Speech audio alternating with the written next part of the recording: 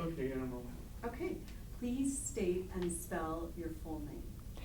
My name is Wendy Beers, Wendy, and my last name Beers, Beers, just like the drink.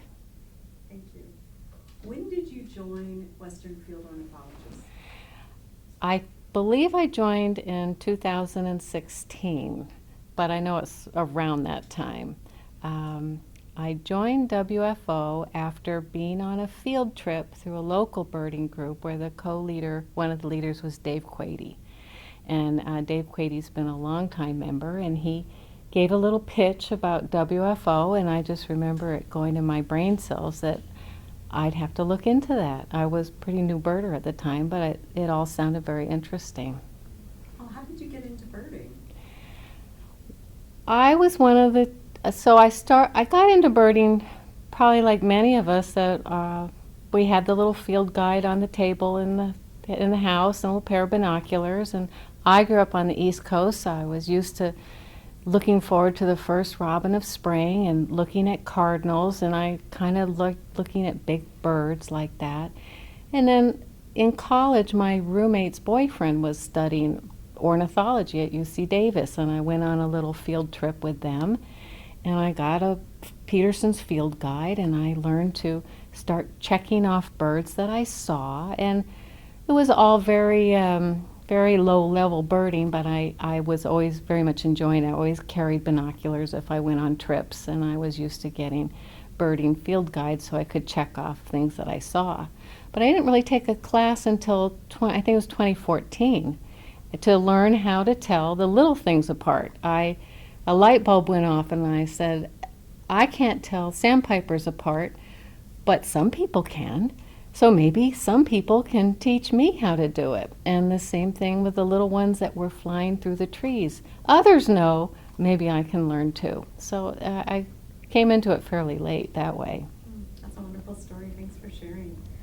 I know you came onto the board, so what role did you play on the board, and what inspired you to be part of the board? So, let's see, I have to, what part of, We can do it one by Okay, one. yeah. Okay. What inspired you to be on the board? So continuing my interest in WFO, my first participation in anything was to go on the Central Sierra field trip. And on that trip I got to meet John Dunn, Dave Quady was leading, and Ed Pandolfino, who was instrumental in writing one of the books, the field guide for, I think, the birds of the Sierra. And on the trip was a youth, Diego, and I'm blanking on his name, Diego Blanco, and I learned about the youth program in WFO. And the other person on the trip who was really mind-blowing was Lena Hayashi, who did all the organizing. And I said, wow, is this a great group? And everybody on the field trip was so interesting. It was such a nice trip that I really thought this WFO is great. And lo and behold, a little while later, I get this phone. Maybe it was longer than just a little while later. I went to the first conference for me was at Fortuna, and I said, wow, I love these science programs and these field trips. It was different than any other birding experience I had had. So at that point, I was just a happy member. And then fast forward about 6 months, I got a phone call from somebody asking if I'd be willing to consider running for the board. Oh, fantastic. Yeah. Why should a bird enthusiast join WFO? So why should birders that we meet join WFO? I often encourage everybody to join WFO. I usually point to the hat first and say, isn't this a great hat? Because that was also one of the things that reminded me about WFO. I was at a location in a different county and I saw these two guys wearing the hat and I went, oh yeah, I wanted to check into Western field ornithologists. And the best thing about it is sort of overcoming the barrier that Western field ornithologists is only for field ornithologists. It turns out it's for everybody. And I think the difference is it's people who are really interested in not just birding to check off birds, but the ecology of birds and the evolution of birds and the different families of birds. And it's not so much who's getting lumped or split, but maybe why. And I just found that I think a lot of people could be interested in that if they didn't get put off by thinking they had to be graduate school educated in ornithology. They can just be people that love birds, love nature, and love how it all comes together. What advice would you have for young people who are just getting started in birding? So what would I advise young people? Usually I think us oldsters, we're just so envious that they're starting off with their young ears and their fast eyes and their ease with the technology that all the birding does these days. I think connecting, that's a hard question. Ask it again. What would I, so I'm not sure, they almost don't need any advice. They just got the world, they're launched, these young people.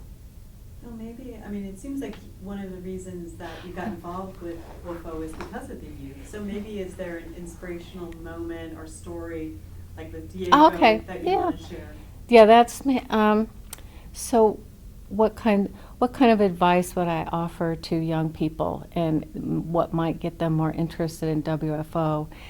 And I think my meeting Diego Blanco was eye-opening in that here was this young man, maybe, I think he was about 17 or 16, and he was already working with Kimball Garrett.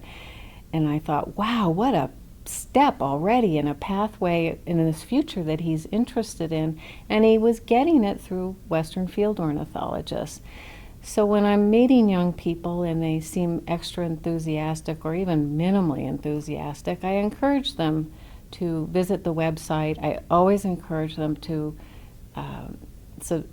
apply for our annual youth scholarship because it gives them an opportunity to start to meet people's who they might have known their names, but now they get to meet them in real life. And anytime you get a person with a name, I think it makes everything more familiar. And then they get to meet other like-minded young people. And it gives them an access to go forward in their futures if they want to continue doing ornithology. And if nothing else, it helps them unite with like people. Sometimes young people who might be chasing birds might not be the star of the soccer team or the football team. And meeting people who have different interests can be very helpful during any of that phase of life. So I'm usually very encouraging to get them into WFO. Wonderful answer. Is there a favorite aspect of the conference that you have? So when I went on that fateful field trip, and I think it was 2016, everybody was raving about the Montana convention. And even though I did not have time and I hadn't registered or planned to go to Fortuna, I just made an effort to get there. And I missed, because I was working at the time, I got there in time for some of the science sessions. And the science sessions really wowed me. I just loved sitting there listening to some research that was going on. And it was delivered in a manner that was interesting without being overwhelming.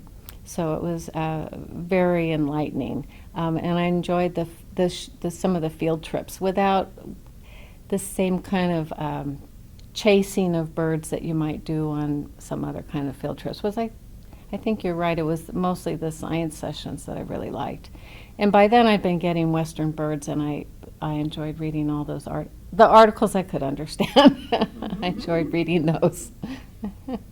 Is there anything else you'd like to share? Uh-oh. Or any advice? Anything? Any other advice I have? When I meet birders, I'm usually really encouraging them to look into WFO, and I encourage them to come to the conference. I don't think you can meet a nicer group of people by the end of the first conference you go to, you'll have friends, and by the second one, there's people just warmly greeting you. I think it's an opportunity experience we don't often get in life anymore, so it's a wonderful group to participate with. Beautiful, thank you. I'm good. Anyone else? That's awesome. You did a great job.